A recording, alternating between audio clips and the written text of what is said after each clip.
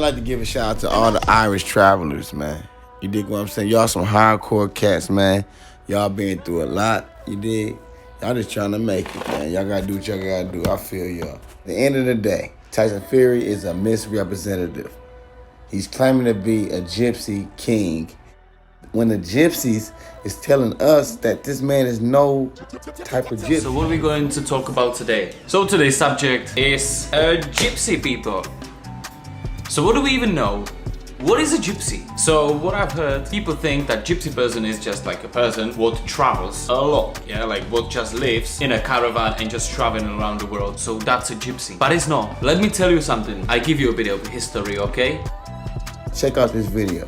Let's go. What's going on, people? You already know what's going on. What's happening? What's happening? Getting at work. We already in the grind. Getting at work. You already know how it go. Give you a little something extra. Oh yeah, go ahead. Everything is possible. Nothing's impossible. Get them right, coach. Get them right. Get them right, coach.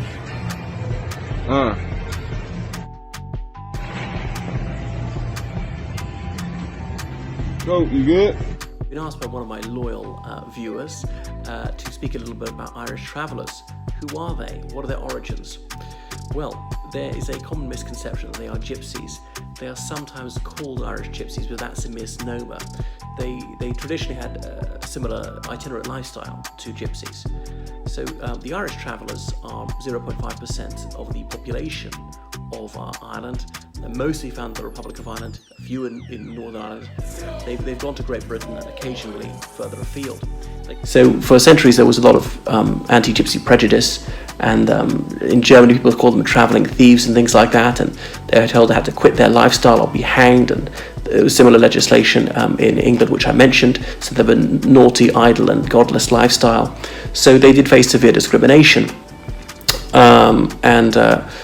So they're a distinctive community. Obviously can be recognised by their darker complexion, usually, particularly in Romania and Slovakia. I would think if I didn't know this person was Slovak or Romanian, I might think this person was Indian, and in a sense they are.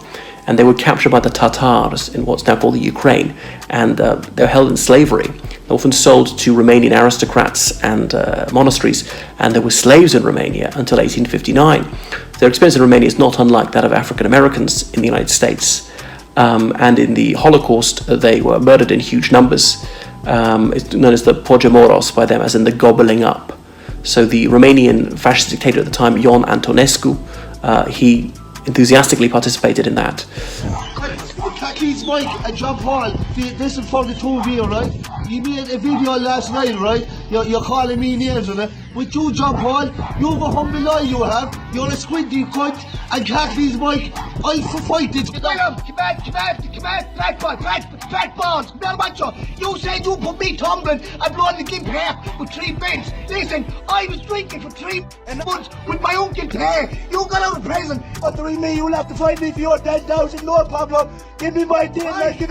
Thomas McCann, traveller activist and founder of the Traveller Counselling Service, said though no one should make any excuses for any traveller that breaks the law, why do I sense an excuse coming? It was important to analyse and understand the wider conditions of travellers' lives to understand their overrepresentation in the prisons. Oh, I understand just perfectly. They are overrepresented in the prisons because they commit a disproportionate amount of crime.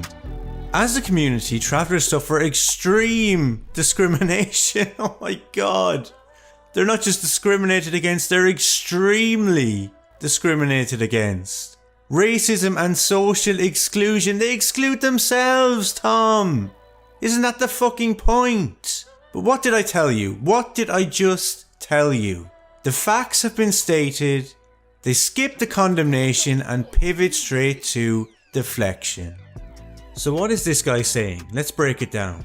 He's saying ignore problem A, which is the criminal culture that exists within the traveller community, and instead focus on problem B, which is the negative reaction, the rightful negative reaction, from the general public towards that criminal culture. So when a traveller chooses to commit a crime, and I call them out on it, and point to the fact that this is a behavioural trend within that community, I am called a racist. Gotta get that smear in there. But not only that, then I am told that me pointing out problem A is then leading to the negative perception of travellers, which then only further perpetuates the criminal behaviour that led to the negativity in the first place. Ridiculous. And I'm black, y'all.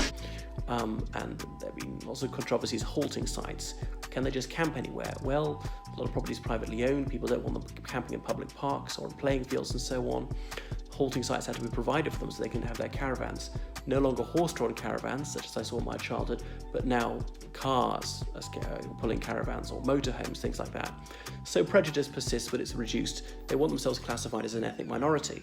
Well, there's no doubt that they are autochthonous Irish people, but they just separated off the mainstream Irish community in the 17th century, and there's been a little bit of intermarriage. But there's certainly some bigotry against them. Let's not overstate it. So far as I know, no travellers have been killed for their ethnicity.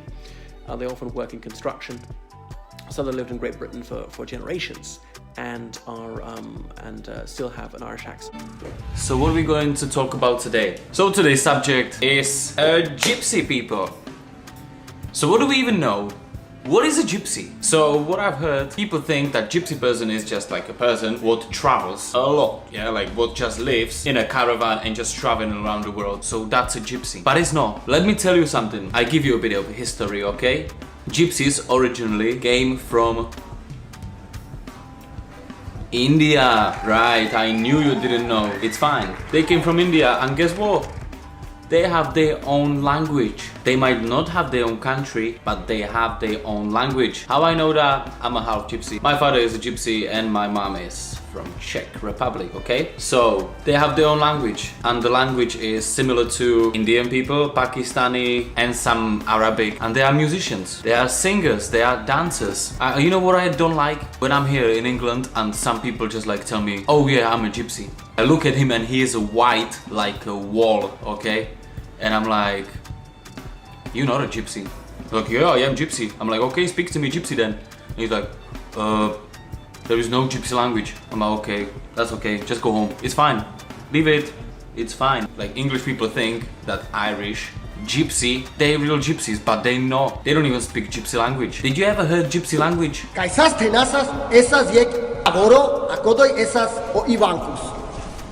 With you, John Paul, you've a humble eye you have. You're a squinty cunt, and Kathleen Mike. Je gives, pero bratake, mamo, yamange and rozveto zromniaki. When you get back there, like, you fight me, and I'll kill you to death. Oh, Mama was ready to go to bed one night, and this shit is going on. You're not getting off with it. You're not getting off. Come on, fat balls. That's my point of view. When I see someone and they tell me I'm a gypsy, I look at him, I see he's not. Because gypsy people look similar to Indian people, okay? They have a more darker skin. They're not white, they just have a darker skin, okay? Like me, look at my skin. Oh, wait, oh my days. And you can see from their behavior as well, yeah? House of a gypsy family. First thing they're going to do, you're going to sit down and they're going to put food right in front of you, okay? So you have to eat, normal thing. They give you drink, they give you everything because they want you to feel nice. Most of the time I go to people's houses, yeah? I just sit down there and they don't even offer me anything, like, and I'm fucking thirsty sometimes, yeah? Like, I'm like, yeah, I understand what you're talking about. And I'm waiting for a cup of water, yeah, and then I have to ask and I feel ashamed. I like when people are welcoming because I am the same.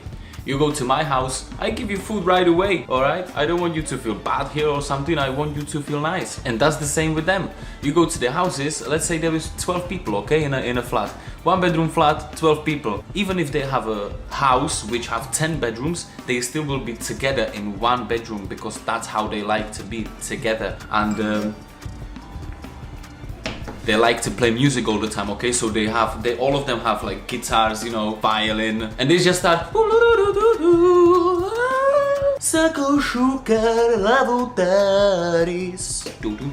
and just like to be happy. Yeah, that's how it is. They trying to judge them because they have fun. Let's say they live in the same building, yeah, and they start playing music and everything through the day. It might be loud, but you still can go and join, you know? You don't have to just be in your house like, they've got gypsies playing all their songs again. And fucking gypsies having their fun again. They're not even from here. I am from here. I am British and I deserve some British music.